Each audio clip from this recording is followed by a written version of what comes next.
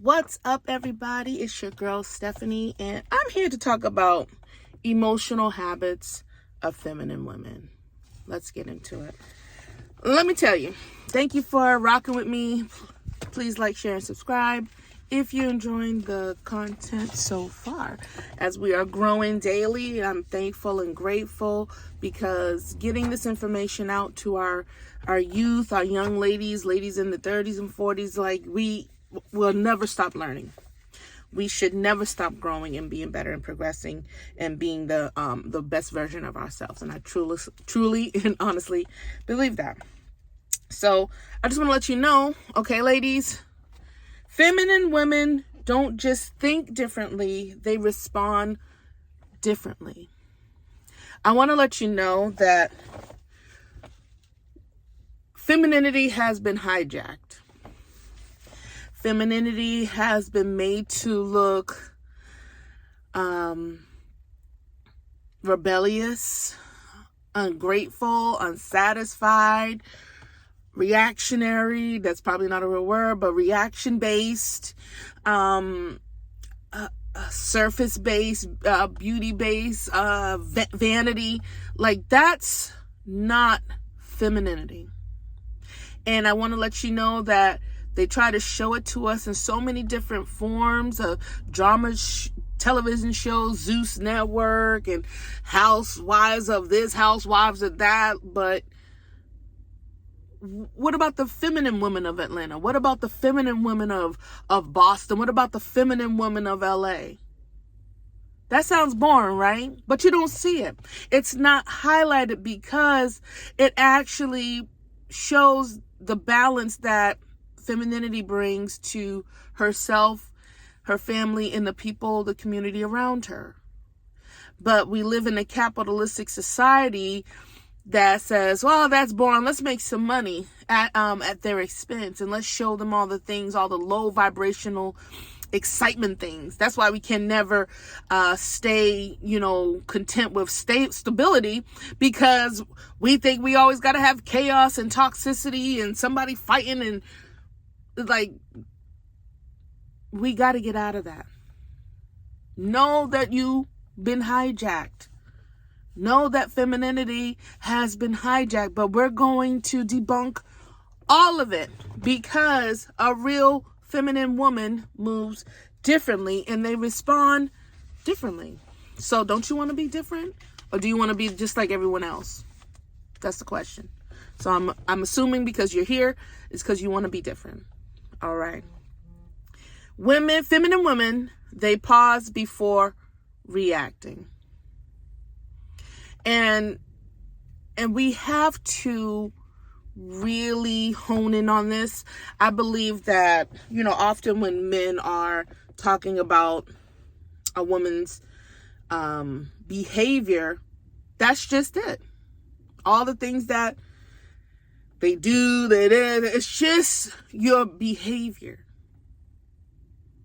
And if you will pause before that said behavior of yelling, slashing the tires, and cussing and all those things, and all this entitlement stuff, like, if you would just really pause and think about what you're going to say out of your mouth, a lot of things will be avoided, honestly, I think. And like I said in other videos, now may not be the time to have a response. You might have to have a delayed response. You might have to let that person, that female, or whatever, because life is not only around, companionship. It's around children. It's around school. It's around work. Sometimes just pausing. Now you can go and sit and think, how can I approach the situation? Because sometimes, usually the first way, we might have to go back and apologize. Oh, I'm sorry that I said this and I said that. Well, you wouldn't have to apologize as much if you would just slow down, right? So pausing before reacting is a habit I really want you guys to start getting into, okay? Pause, breathe. Pause and breathe. Feminine women stay calm in tense moments. You know, as the weaker vessel, we really have to use wisdom in how we navigate intense moments, split decisions. Because the world, as we see a lot of the news headlines, this female was caught up this way, this female was caught up that way. And I think staying calm, I don't know what's going on. It seems like the enemy is just trying to use violence in relationships. He doesn't care that, marriage is long lasting. He wants to destroy it, honestly. And we see that people are letting the devil use them to destroy their own families. Ain't that crazy? You said you love this person, you chose this person, you went down the aisle with this person, and then now they're extinguished. You're extinguished. And you know what the devil's doing? He's like, yes, I got her to get upset. I got her to come out her side talk out of her mouth. I got him to get upset. And the devil will use emotion against you. And you think you're really doing something. You think you're really saying something. You think you're so powerful in that moment. But that's the weakest moment to start moving. And we can't claim this emotional intelligence all the while looking crazy out here, like we toxic girls gone wild or Zeus. Like, we can't throwing bowling balls at we can't move like that if we're saying that we're trying to be feminine women. The Bible says, be quick to hear, slow to speak, and slow to wrath. Slow. We have the blueprint in our word, but we don't read it. We only think about it. And then we want to be justified. Then we could start reading. Oh, well, this is what it says here. No, you should have been reading that all along. All right? A feminine woman is a daughter. She's not only just holding herself accountable, she's holding herself accountable to God's standards as well. And you have to be mindful of this. We can't pick and cherry pick how we want people to respect and respond to us when we're not even moving like that on a consistent basis. So we really got to think about that. A feminine woman communicates with intention. We have to, life and death is in the power of the tongue. That's coming from anybody. But as a woman, God has made us some cheerleaders. God has made us inspiration. God has made us source of nourishment, nurture. We can speak into the lives of our husband. We can speak into the life of our family. We can speak into the lives of our children and make them feel that they're invincible. We have to be very intentional how we speak about ourselves. I will be better. I have faith. I am not trash. I am separate. I am chosen. We have to start talking to ourselves in that way. Because when we don't, look what happens. We move this tongue. The Bible said the tongue needs to be tamed. It's a little member. It's one of the most littlest members of the body, but you can't even tame it.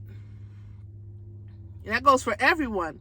But when you have all the regulations in place, when you're pausing, when you're thinking about things before you say it, that's where the power comes. We have the knowledge, but we're not applying it in any way, shape, or form. So where's the power? Where's the intentionality? Where's the change? Just all talk and no show. But we're not going to be like that. We don't claim that no more. because we are feminine women, and feminine women are women of intention and impact. All right. And they don't let emotions control their actions. And this is very important because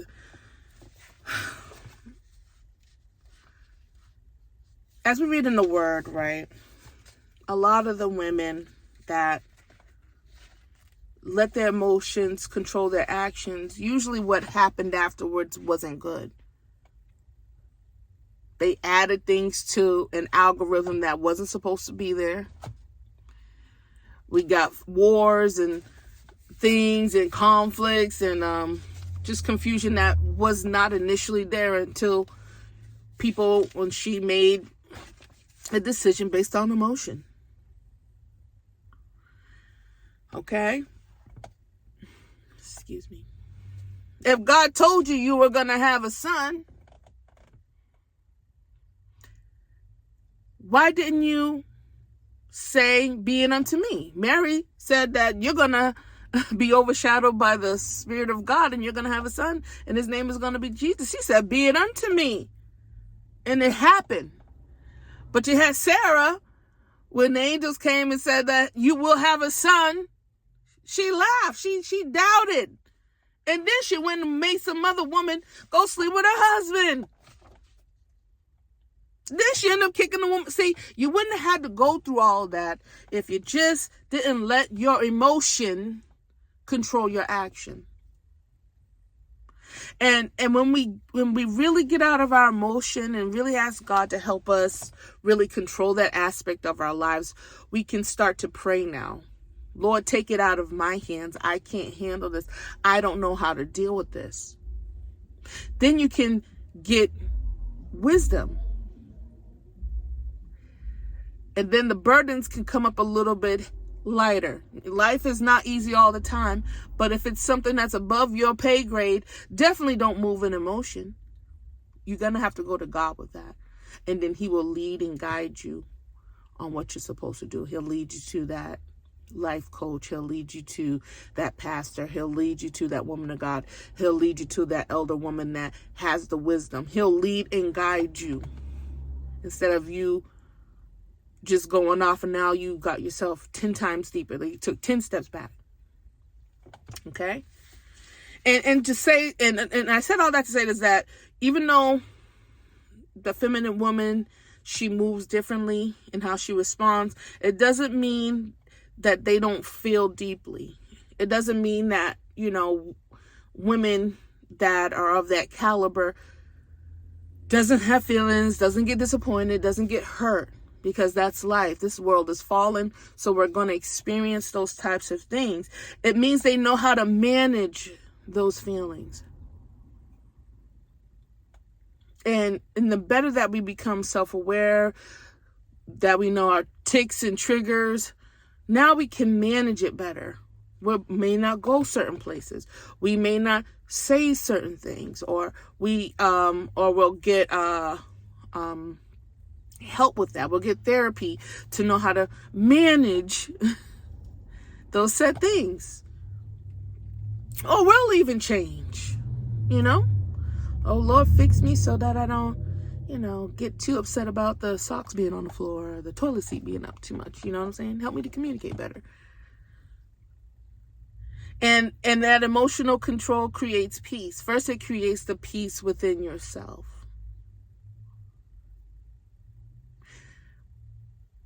A person that is of peace, people flock to. People want to be around. They feel safe. They feel open, free. And we have to learn to embody those things, but we got to let go of a lot of stuff in order to embody peace and carry it, because it's not something that you just put a mask on. No, you learned, you managed, you've tempered yourself, long suffering. You've shown the fruits of the Spirit so you can have peace. And peace is one of those fruits, right? And it creates that space of emotional peace It creates a space for them and the relationships. And so I think once we have that peace, we're willing to let it be a benefit to everyone around us, because that's just how we move. That's just how we are.